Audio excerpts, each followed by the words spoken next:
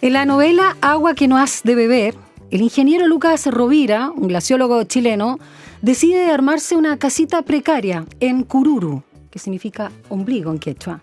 Esto en las alturas de Bolivia, mucho más arriba de La Paz, el altiplano andino.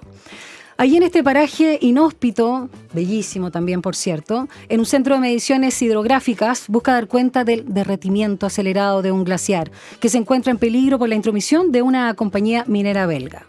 Y ahí el autor de este libro, Agua que no has de beber, Jaime Collier, cuenta que la historia surgió después de leer un reportaje en Le Monde Diplomatique sobre un grupo justamente de glaciólogos que habían formado una cadena entre Perú, Bolivia y Ecuador.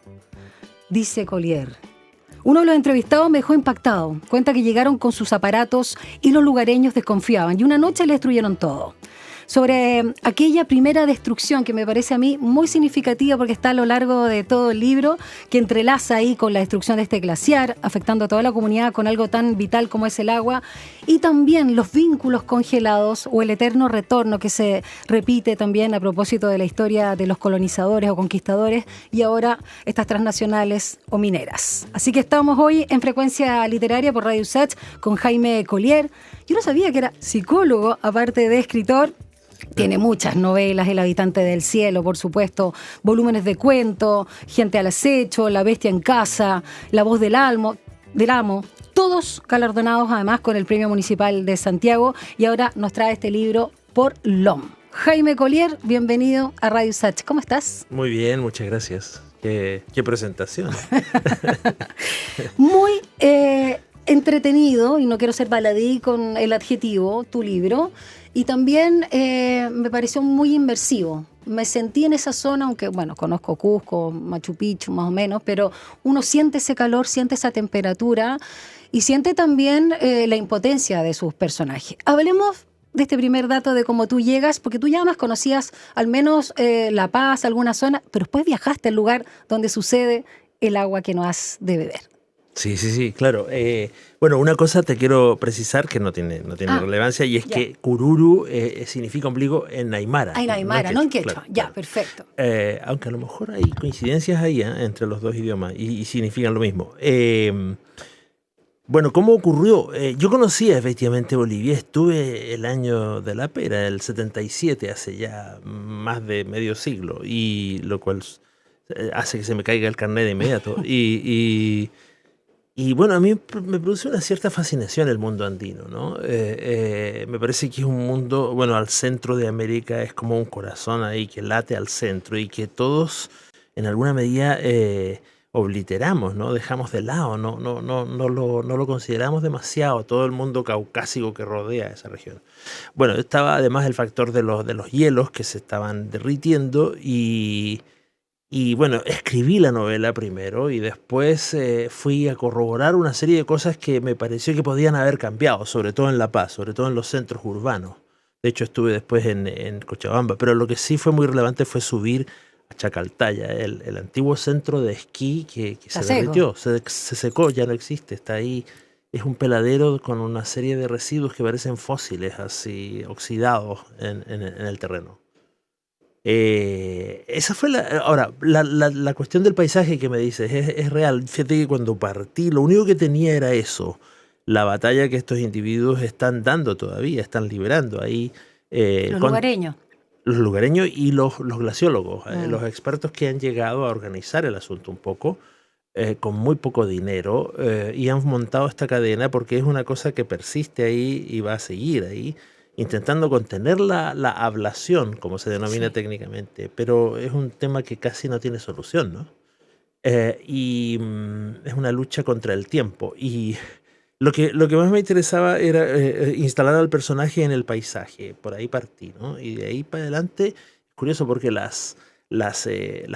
peripecia, el argumento, los acontecimientos se empiezan a desarrollar solos, ¿no? A partir de lo que el personaje ve y a quienes va conociendo. Así surgió un poco. ¿Fue de alguna manera, Jaime, un pie forzado porque esta anécdota o esta situación de que le destruyan a un científico, a alguien que va a colaborar en su equipamiento o el lugar donde está habitando ahí, sea un refugio, una casita, que le sucede también a Rovira, o sea, tú lo tomas, ¿para ti fue significativo en cuanto a la desconfianza?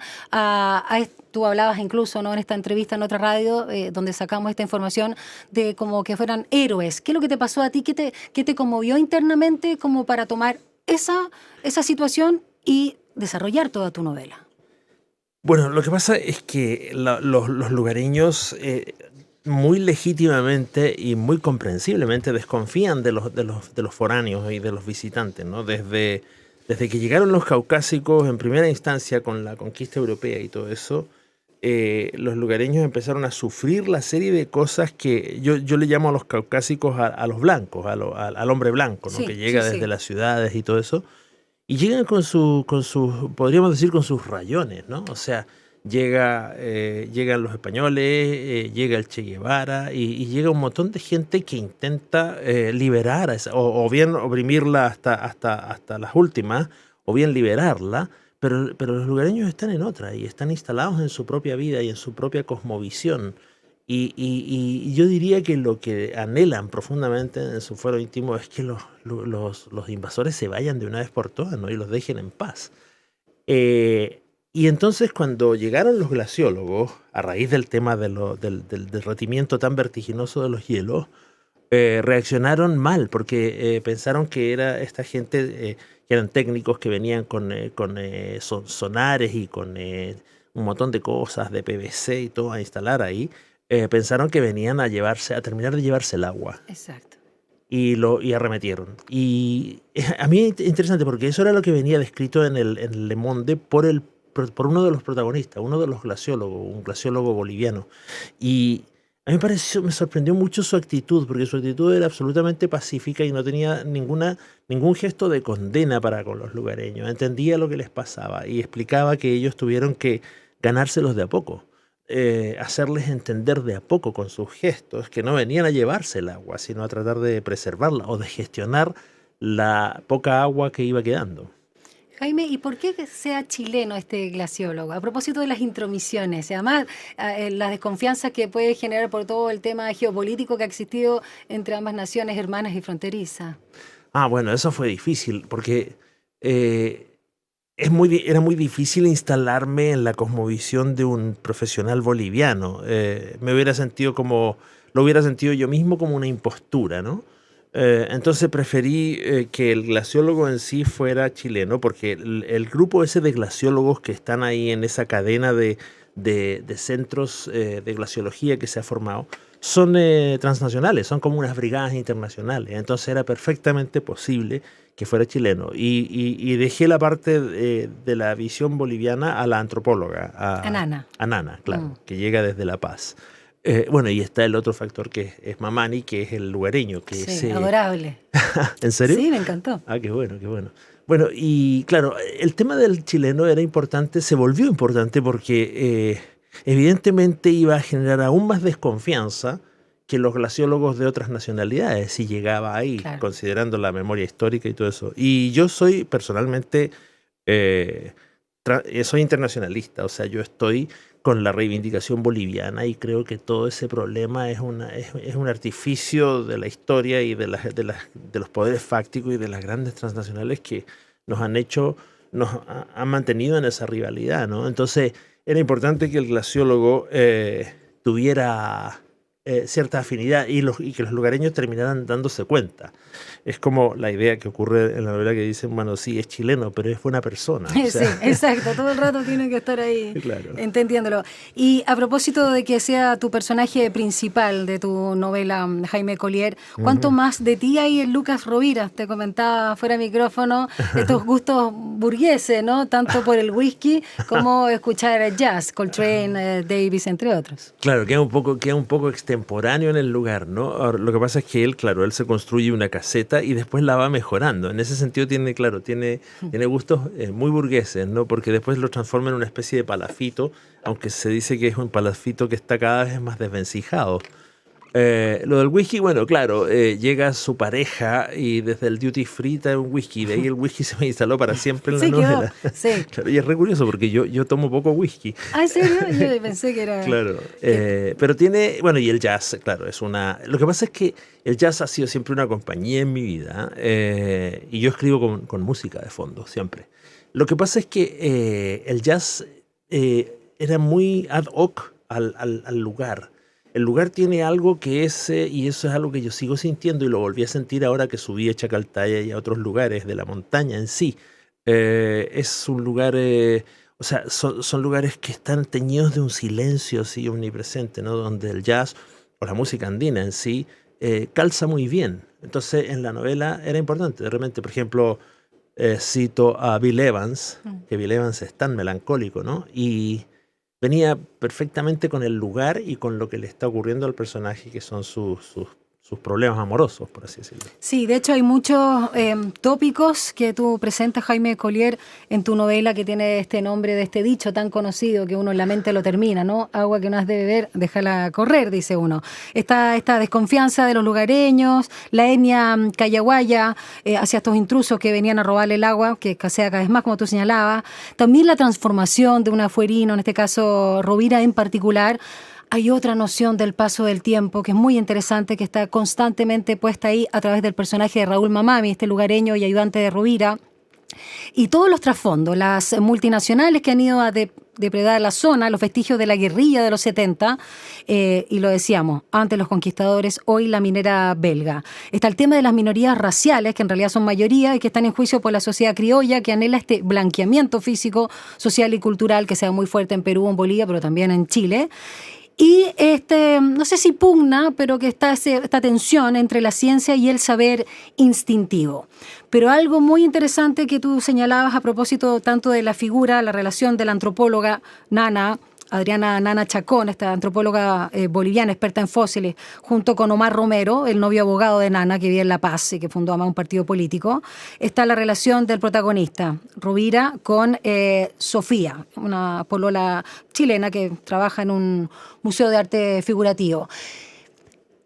Eso se da mucho hoy, sobre todo en una generación un poco más grande, si tú quieres, de tratar de mantener vínculos afectivos, amorosos y sexuales, por cierto, a la distancia, porque está en juego también el proyecto personal, pero no solo profesional, sino el lugar donde uno habita. ¿Cómo sientes que también eso trata hoy de llevarse o de realizarse, pero con mucha frustración, el vínculo me refiero, pero hay mucha impotencia por todo lo que significa, por mucho que esté en las tecnologías, la distancia y no estar en el día a día? Me pareció súper significativo de nuestra generación.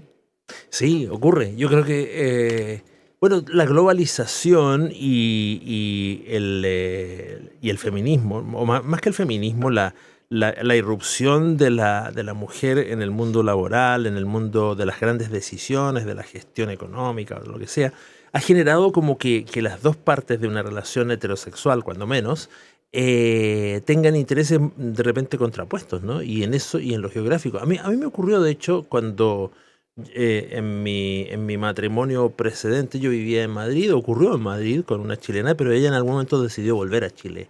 Se le volvió insoslayable. Y la disyuntiva que se nos planteó fue, o a mí se me planteó, o sea, o sigo en Madrid y me pierdo no solo mi matrimonio, sino el crecimiento de mi hijo, o me voy a Chile y me pierdo España. Claro, esa disyuntiva. Claro, y fíjate que opté obviamente por el hijo, porque España podía eventualmente recuperarla, pero el crecimiento de un hijo es una cosa que ocurre una sola vez y no lo recuperas, ¿no? Si te lo pierdes. Entonces, ese es un tema que me ha preocupado mucho siempre desde entonces. O sea, creo que los destinos profesionales, los quehaceres están hoy efectivamente muy escindidos y que cuesta sostener parejas con esos intereses cruzados, porque hubo otra época, otras generaciones mayores, como dices tú, en ese lindo eufemismo ese, ¿no? Para decir pero sí, mayor. Los más viejos, los más viejos. Mayor que mi hijo. Ya, da lo mismo.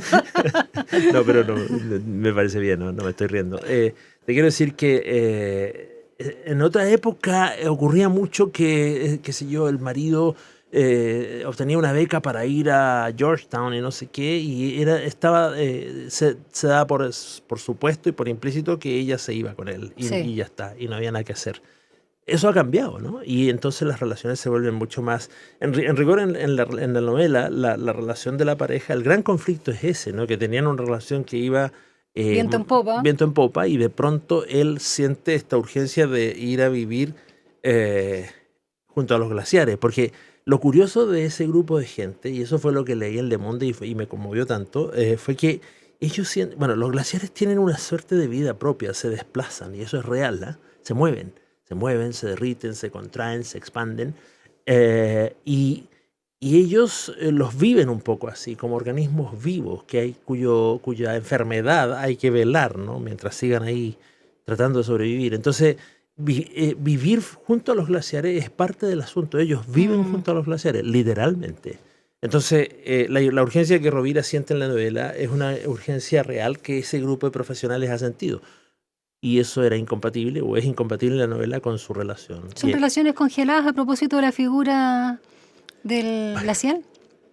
Claro, fíjate que lo que pasa es que el hielo y los témpanos y los icebergs tienen durante la escritura de la novela fueron adquiriendo una connotación múltiple. Por un lado esa, ¿no? Las relaciones se congelan, los paisajes se congelan cuando no se vacían de su contenido. Y lo otro es que el iceberg siempre ha sido, es un emblema, es una figura que nos atrae, que es bellísima de contemplar, pero también el iceberg puede rajar barcos por la base, ¿no? Como al Titanic, y resultar, o las avalanchas también, que son, en la novela digo que tienen el glaciar se despierta y adopta una actitud homicida. Pero ¿por qué eso ocurre? La nieve y la nieve de montaña, las grandes extensiones de hielo son muy impredecibles a su manera. Entonces, es curioso, es como si se estuvieran vaciando las montañas, pero los glaciares pegan coletazos todavía, como un organismo que se está muriendo, pero que todavía quiere sobrevivir, ¿no?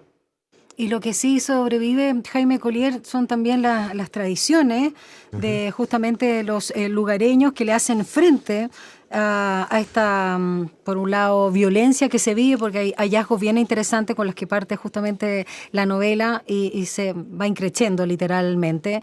Y una situación donde ellos, de alguna manera, no solo reivindican el Apu, la montaña, por supuesto también las pircas, como gestos también funerarios, duelo, la comunidad, y algo que ha sido denominado desde Occidente, desde nuestra incomprensión, como la enfermedad del baile. Hablemos también de ese rito que es bien bonito, que yo lo había conocido, como te decía fuera de micrófono, en el mundo occidental del medioevo, en Europa, pero no sabía que nuestros pueblos andinos también tenían este baile, este rito que podía, no sé, sobrepasar, obviamente llegar hasta toda la noche y la madrugada y varios días. Fíjate que, claro, es el tema de lo carnavalesco, dirían los académicos. El carnaval adquiere una cualidad festiva, de celebración, de exaltación de la vida, qué sé yo, incluye la ingesta de alcohol y todas esas cosas, pero el baile y todo eso también adquieren a veces una cualidad rebelde, una cualidad de rebeldía, ¿no? Una cualidad de ruptura. En América Latina, de hecho ahí en el corazón de América Latina, o sea en Perú y en Bolivia, surgió este fenómeno entre el siglo XVI y XVII y duró muchísimo tiempo. El taqui uncuy le llamaban, la enfermedad del baile o la enfermedad del canto también era. Tiene dos traducciones posibles. Y todo fue obra de un individuo que levantó a las poblaciones y las convocó a eso, a bailar. Y la idea que había de fondo fue la lectura que él ofreció, y los demás la siguieron porque la creían fervorosamente, es que las huacas se llaman así, que son ¿Demonios? Sí, que viven bajo tierra, de pronto se despertaron y querían reivindicarse, o sea, habían sido postergadas a lugares bajo tierra. A las profundidades. Claro, para ser sustituidas por los santitos católicos y todo eso. Entonces, en algún momento, este movimiento lo que planteó fue: el que no baila no puede volver a lo suyo. Claro. y fue masivo, multitudinario. Llegaron ahí toda clase llegaron sacerdotes, llegó Huamán Poma de Ayala, que era escritor y era mestizo y era sacerdote, llegó con las delegaciones españolas a tratar como de calmar a la gente. Fue como un estallido y los enviados de las ciudades llegaron a contenerlo, ¿no? Esta idolatría, como la llamaban ellos. Y fue un fenómeno real. La festividad esta colectiva se transformó en un vehículo de rebeldía, hasta que de pronto se fue apagando, ¿no? ¿Cómo fue la construcción? ¿En qué te inspiraste? Y a mí me pareció, esto es un oxímoron, pero me pareció elocuente el silencio de Mamami. ¿Cómo fue también una sensación también de respetar, de no ser caricatura? ¿O a quién conociste para dar vida a este ayudante de Rovira? Qué curioso, porque Mamani tiene una muletilla que se repite a través de la novela cuando habla con Rovira o con otros y dice... Bueno, yo creo que pasa esto y esto, o no decís vos, o no decís vos. Sí, cierto. Sí. Esa muletilla se la escuché a un campesino boliviano cuando estuve el 77. Y el voceo a mí me extrañaba mucho, ¿por qué el voceo, o no decís vos? Pero hay una parte del mundo boliviano originario que usa el voceo, quizás algunos más relacionados con Santa Cruz, con el sur, o con el oriente. Como que Mamani, en realidad, para mí, ese mundo sigue siendo un misterio, ¿no? O sea, hay una suerte de distancia infinita y lo que yo he sentido cuando he estado ahí es muy claramente que es otro origen civilizatorio. O sea, uno puede ir a lugares, uno puede ir a Centro Europa, a Polonia, Checoslovaquia, y está en contacto con otra cultura que tiene otra raíz lingüística, pero no es otra civilización. Sí. Son caucásicos y sentimos todos que somos más o menos del mismo mundo, pero cuando uno va al mundo árabe o va a China o va al altiplano, siente que está en contacto con otra civilización. Y eso a mí me llama mucho la atención, porque ahí ese contacto, aunque exista, está interferido, podríamos decir, o podríamos decir enriquecido también, por esa distancia infinita que es venir de otros lugares completamente distintos en términos mentales. De otra visión del mundo que es distinta. O sea, la visión, eso que me comentabas tú, la visión que tienen del tiempo los orientales y los occidentales, el misticismo oriental y los occidentales es muy distinta. Los occidentales con Benjamin Franklin dicen que el tiempo es oro y que hay que aprovecharlo. Los orientales piensan que el tiempo es circular y que es como una especie de un velo inacible que está en torno a nosotros y que tenemos que simplemente estar en él, ir con él. A mí eso me fascina muchísimo. Y bueno, fue lo que intenté rescatar en Mamani. Mamani no alega mucho y no hace una defensa rajatabla de ninguna de las causas por las que Rovira y Nana mueren. Mueren literalmente a veces. Pero Mamani lucha de verdad. O sea, él está ahí inmerso. Es su batalla, es su vida, pero sin estridencias, ¿no? Exacto, piolita. Claro, eso a mí me gusta mucho del mundo altiplánico y andino. Esa ausencia de estridencias. Ocurre todo, pero ocurre sin la estridencia de los occidentales. ¿Tú lo ves en el norte chileno también, en alguna parte? Absolutamente, absolutamente. Yo creo que en las festividades, en la mirada, en el lenguaje o en su visión, por ejemplo, del paisaje, ¿no? O sea, fíjate que el mundo aymara, por ejemplo, considera que todo es un mismo organismo que se expresa de distintas maneras. Se expresa de pronto en hombre o en mujer, en montaña o en laguna, con ¿cómo se llaman estas? Las parinas, los flamencos. Flamencos, sí. Entonces, esas cosas, esa visión, nosotros somos completamente ajenos a ella, ¿no? Y es bonito saber que está ahí, que podemos ir a tratar de descifrarlo. No padecen mucha ansiedad, ni esos males que padecemos nosotros en la ciudad. Claro, exactamente. Ya, y vamos a propósito del tiempo a hacer una pausa con música acá en Frecuencia Literaria por Radio USACH. Vamos a seguir conversando con Jaime Collier por su nueva entrega, esta novela que ha publicado por LOM, Agua que no has de beber. Vamos con Virus, esos son Imágenes Paganas.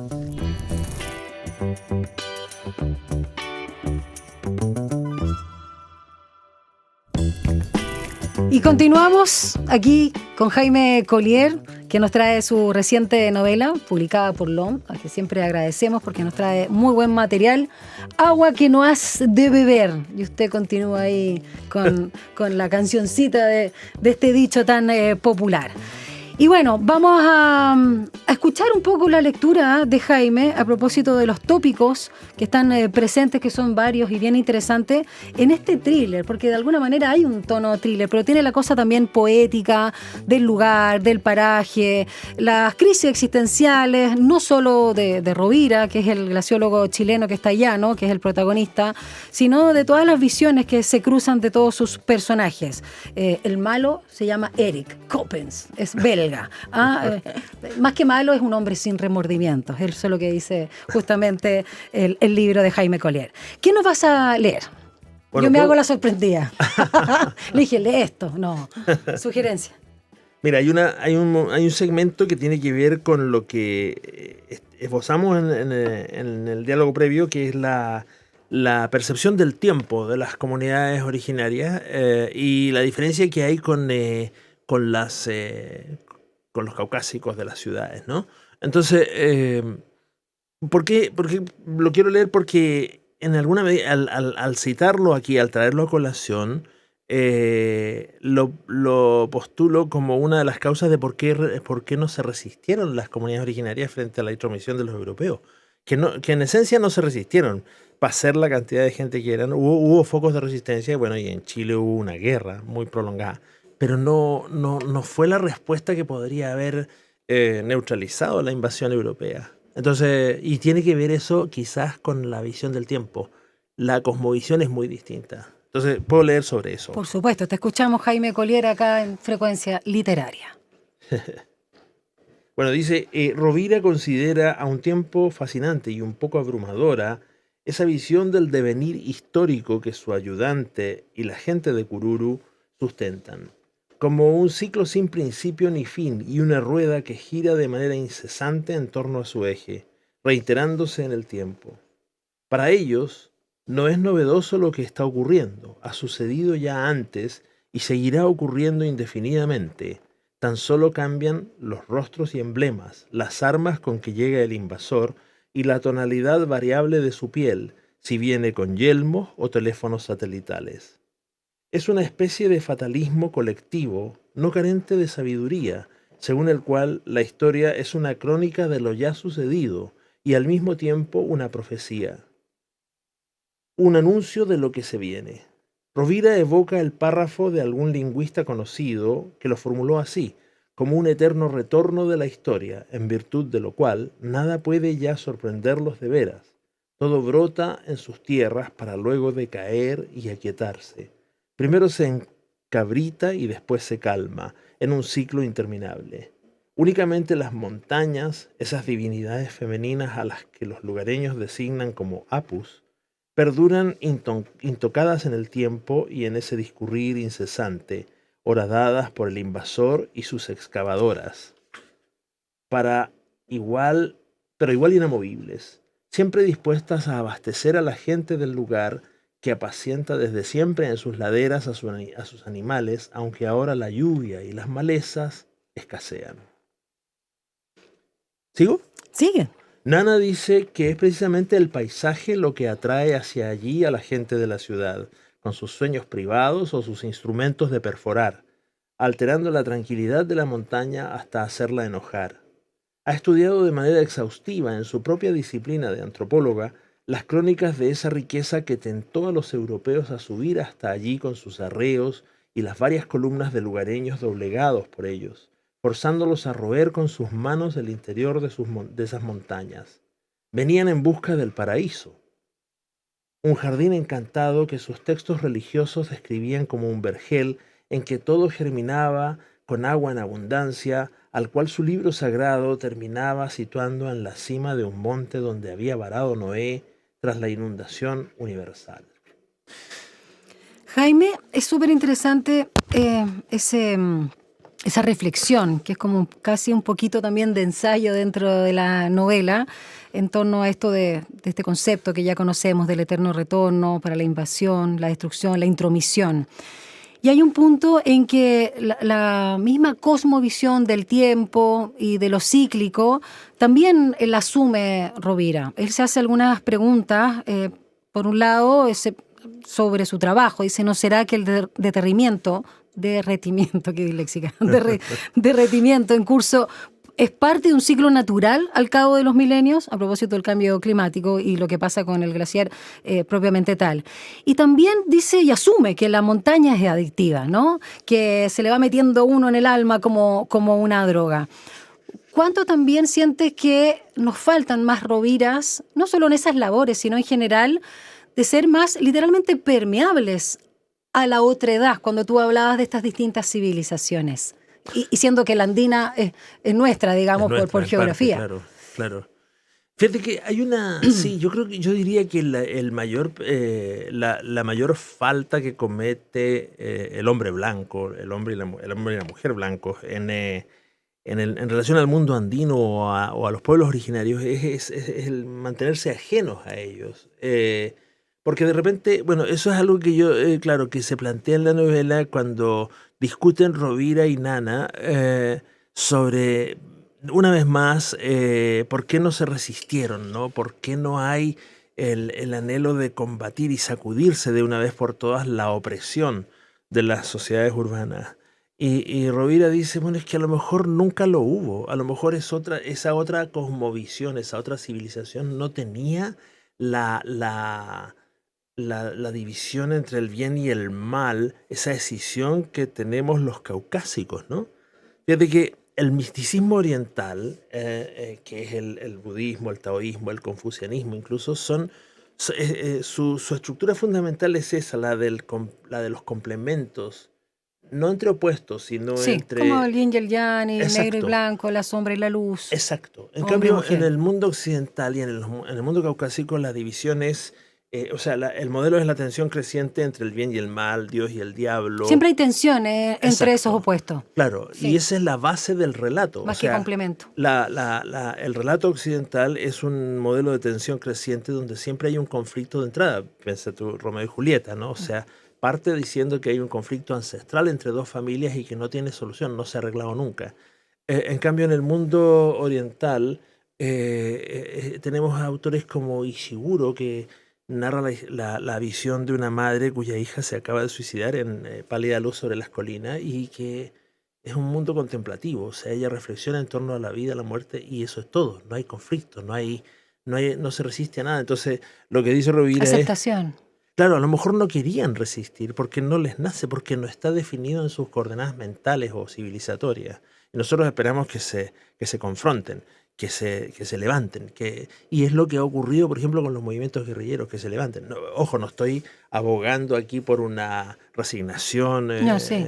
Estoy tratando de entender ese mundo, ¿no? Y por qué ven las cosas de manera distinta, porque de pronto sí se rebelan, y cuando se rebelan como, quizás como en la novela con el Taki Uncuy, o sea, se desata un movimiento general, un estallido, ¿no? El estallido que moviliza casi sin armas a toda la gente cuando ya la gente se satura, ¿no? Y se cabrea de la opresión.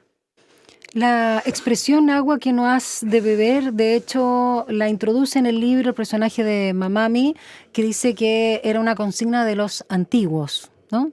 Claro. Bueno, claro, hay una historia del mundo... Tampoco dice los viejos Mamami, ¿viste? Dice lo antiguo. Eso debe ser porque yo ando muy sensible al tema. Bueno, pero Rovira andaba con crisis existencial, voy a cumplir 60 años. Bueno, todos mis personajes están en esa desde hace un rato, ¿no? Claro, claro, y que están engordando y todo eso. Sí, también me acordé, ya, bueno. Son un poco frívolos mis personajes. No, son reales, pues si todos tenemos esas cosas. Todos nos estamos poniendo guatones, dices tú. No, todos tenemos tema con nuestro cuerpo y con miles de otras cosas, con nuestro aspecto físico. Sí, claro. Lo de Mamami, sí, con la expresión que... Claro. ¿Por qué usaste una expresión muy común, muy, digamos, en boca de todos y que, claro, tiene obviamente las lecturas literal con el agua, la escasez hídrica y no sé qué, pero también con no te metas, ¿no? Tiene esta cosa como déjalo, si tú no vas a aportar, déjalo. Démosle la vuelta a esa expresión. Es curioso, fíjate. Lo que pasa es que los títulos de novelas son difíciles. A mí siempre me han costado bastante porque uno se los piensa mucho. Bueno, por ejemplo, Rivera Letelier me contaba una vez que en un viaje que hicimos a México, nos fuimos toda la noche conversando y él me habló, entre otras cosas, de eso, de cómo titula sus libros. Y dice que se instala y puede estar una semana tirando títulos con un lápiz y un papel, 400 títulos posibles, hasta que de repente encuentra uno. A veces el título te surge con la historia, se impone por sí solo o está incluso antes que la historia. Y este fue el caso. Agua que no has de beber apareció como muy prontamente cuando estaba escribiendo, cuando ni siquiera habían empezado a ocurrir muchas cosas en la historia.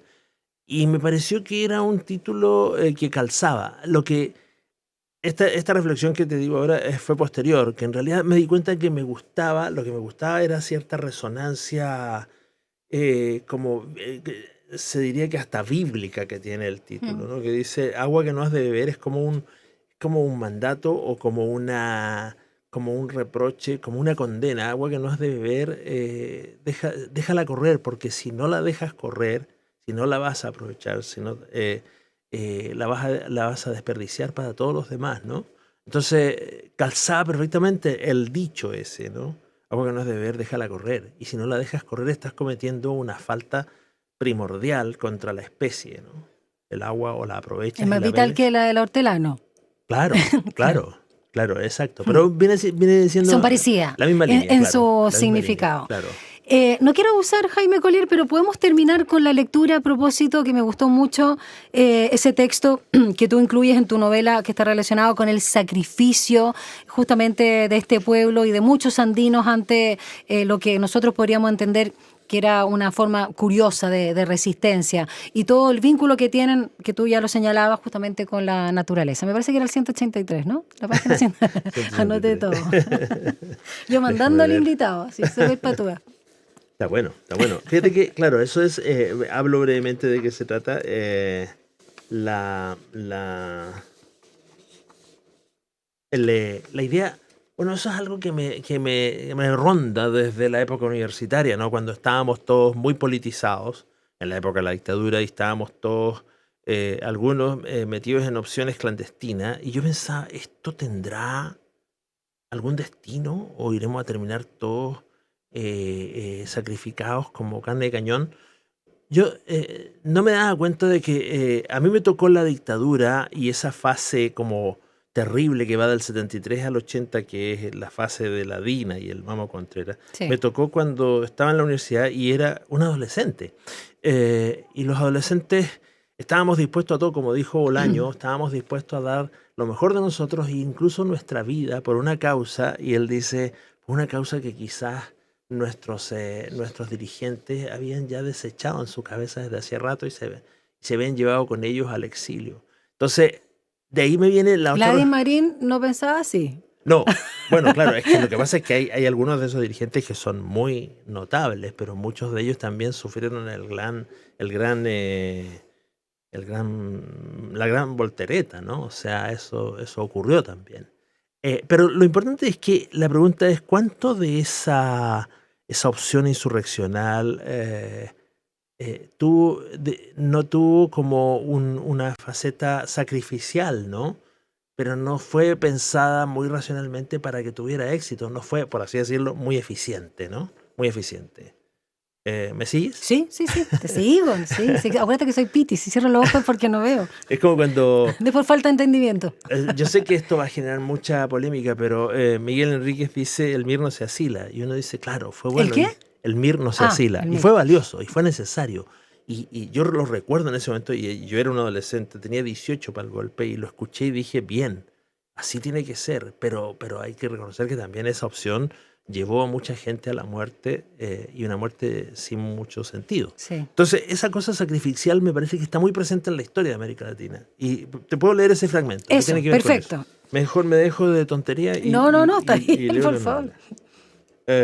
Dice...